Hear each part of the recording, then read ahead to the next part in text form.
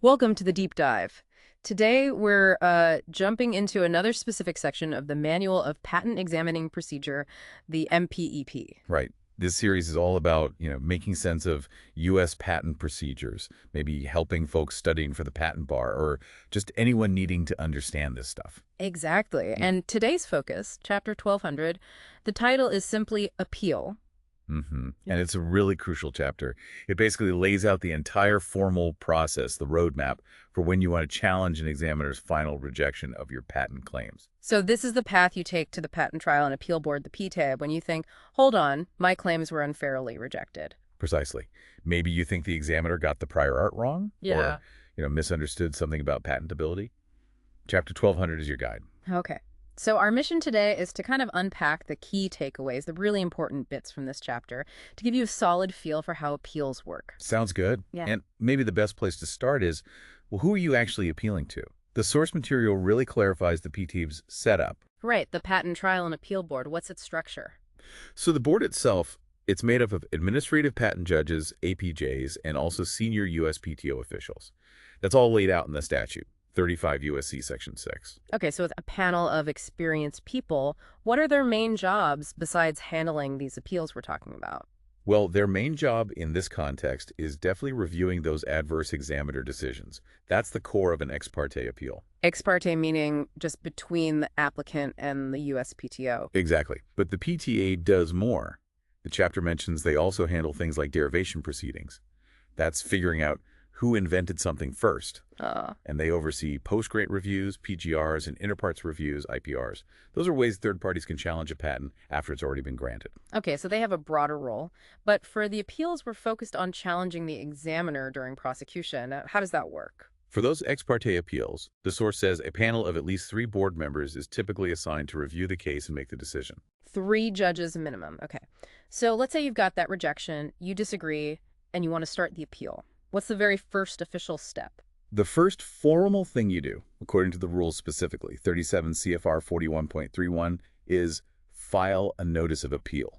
A notice of appeal, just putting the USPTO on notice, basically. Yep. It signals your intent to challenge the examiner's decision formally. Now, this is where I thought the source material got really interesting. When can you actually file that notice? Does it have to be after a rejection labeled final? You'd think so, but it's actually a bit more nuanced. The rule is you can file a notice of appeal once any single claim in your application have been rejected twice. Any claim twice, okay. And here's the kicker, the really interesting part from the source. Yeah.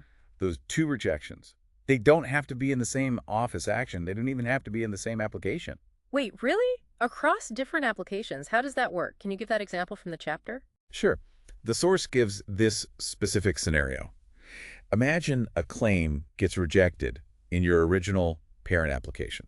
Okay, rejection number 1. Right. Then you file a continuation application. You include that same claim, maybe slightly amended, maybe not. And the examiner rejects that claim again in the continuation. Okay, so that's rejection number 2, but in a different application. Exactly. And based just on those 2 rejections spread across the parent and the continuation, the source says you now have the right to file a notice of appeal in that continuation application. Wow. That's not obvious. It's cumulative. It is. It's a really important point to track. You might be eligible to appeal sooner than you think if you're looking across related applications. Definitely a strategic point. Yeah. Now, is there a situation where it might look like you can appeal, but you actually can't right away? Yes. And the chapter highlights a common one. Filing a request for continued examination, an RCE. Ah, the RCE. Right. You file an RCE, and that reopens prosecution. Because prosecution is open again, you cannot immediately file a notice of appeal just because you filed the RCE. Makes sense. Appeal is for challenging a final position, not restarting the conversation. Precisely. You'd have to wait for the examiner to issue a new rejection after the RCE was filed. Then that new rejection could count towards your 2 rejections needed for appeal. Okay, clear. So you figured out you can appeal. You filed the notice of appeal. Is there like a preliminary step, maybe a chance to resolve things before going all in on the full appeal? There is, yeah. It's optional, but it can be useful. It's called the pre-appeal brief review process. Pre-appeal brief review, what's the goal there? The idea, as the source describes it, is to give the applicant a quick shot at pointing out what they see as a really clear error by the examiner. Like a factual mistake or maybe misapplying the law in an obvious way? Exactly. Something straightforward. You file a short request outlining the clear error. A panel reviews it quickly. If they agree it's a clear error, they might reopen prosecution and send it back to the examiner, potentially resolving the issue without needing the full formal appeal. Sort of a quick quality check before things escalate. That's a good way to put it. It could save everyone time and effort if there's an easily fixable mistake. Okay. But let's say that doesn't work, or maybe you decide to skip that step. The next really big milestone is filing the appeal brief itself, right? Absolutely. The appeal brief is, well, it's the main event. This is where you formally lay out your entire argument to the PTAB. And I imagine it's got to be done just right. Oh, definitely. The source stresses this heavily. The brief has to follow very strict formatting and content rules. They're found in 37 CFR 41.37. This is a formal legal document, not just a letter. So what kind of information has to be in there? What does the chapter say? It's quite specific. You need statements about who the real party in interest is, basically who owns the application. You need to mention any related court cases or other proceedings. You need a summary of the actual claimed invention that you're appealing. And then the absolute core, detailed arguments addressing every single ground of rejection you're challenging. Every single one, systematically. Yes. For each rejection, you have to explain precisely why you think the examiner's reasoning is wrong, citing evidence from the application file, maybe case law, building your legal and factual case. Sounds thorough. What if you mess up the formatting or miss a required section? Is the appeal just dead? Thankfully, no, not usually right away. The MPP points out that if the brief has problems, if it's non-compliant, the USPTO will typically notify you. Okay. That'll give you a set time period, usually 1 or 2 months, to file a corrected brief so you get a chance to fix the mistakes. That's good to know. But it still sounds like you want to get it right the first time. And like everything in patent law, it seems, timing must be critical here too. Oh, incredibly critical. The source really hammers this point. The deadline for filing the appeal brief is just 2 months from the date you filed the notice of appeal. Only 2 months? That seems tight. It is tight. Now, the good news is that 2-month period can be extended. You can usually get extensions of time, month by month, up to a total of 5 additional months. So potentially 7 months total from the notice. But you have to proactively request those extensions and pay for them, I assume. Correct. You have to file the request and pay the fee before the current deadline expires. You can't let it lapse and then ask for more time. Okay. And what happens if you miss that deadline? If the brief, corrected or otherwise, isn't filed within the original 2 months or the properly extended period? This is where it gets serious. Very serious. If the appeal brief isn't filed on time, the appeal may be dismissed by the USPTO. Dismissed. Here's the really dangerous part. If the appeal is dismissed, and if there are no claims currently allowed in the application, then the entire application is considered abandoned. Abandoned? Just for missing the brief deadline? Just for missing the brief deadline if no claims are allowed. It's one of the harshest outcomes. It really underscores how vital it is to track those dates meticulously. Absolutely. A real procedural trap if you're not careful. Okay, so let's say you do get the brief filed correctly and on time. What happens next? Does the examiner get a chance to respond? Yes. After your brief is in and accepted, the examiner prepares their response, which is called the examiner's answer. The examiner's answer. What's typically in that? It's the examiner's chance to basically restate their position, explain why they still think the claims are unpatentable, and specifically respond to the arguments you made in your appeal brief. Okay, so it's their rebuttal. Now, what if the examiner, in their answer, brings up something completely new, like a new prior art reference or a totally different reason for rejection that wasn't in the original office actions? That's a really important scenario the chapter covers. If the examiner's answer introduces new grounds of rejection, the applicant isn't just stuck having to argue against them for the first time before the board. Good. So what are the options? You have a couple of choices. You can file what's called a reply brief, specifically limited to addressing only those new grounds raised in the answer. Okay. Or, alternatively, you can decide you don't want to deal with the new grounds on appeal at all. You can petition the director to reopen prosecution. Sending it back to the examiner, essentially. Exactly. It basically says, hey, you raised new issues, let's go back to regular examination to deal with these first. It prevents you from being blindsided at the appeal stage. That seems like a fair mechanism. Okay, so we have the brief, the answer, maybe a reply brief. The arguments are all laid out. What are the next steps to get the case actually decided by the PTAB? Well, at this point, if you want to argue your case in person, you can request an oral hearing before the PTAB panel. Is that common? It's an option. Some find it helpful, others rely just on the written briefs. There's also a forwarding fee that needs to be paid to formally send the case file from the examiner up to the board. Right, the administrative step. Yep. Once all the papers are in, any hearing is held, and the fee is paid, the case is officially under consideration by the PT panel. And then you wait for their decision. The moment of truth. What kind of decisions can the PTA make about those rejections the examiner made? They have three main outcomes regarding the examiner's rejection on appeal.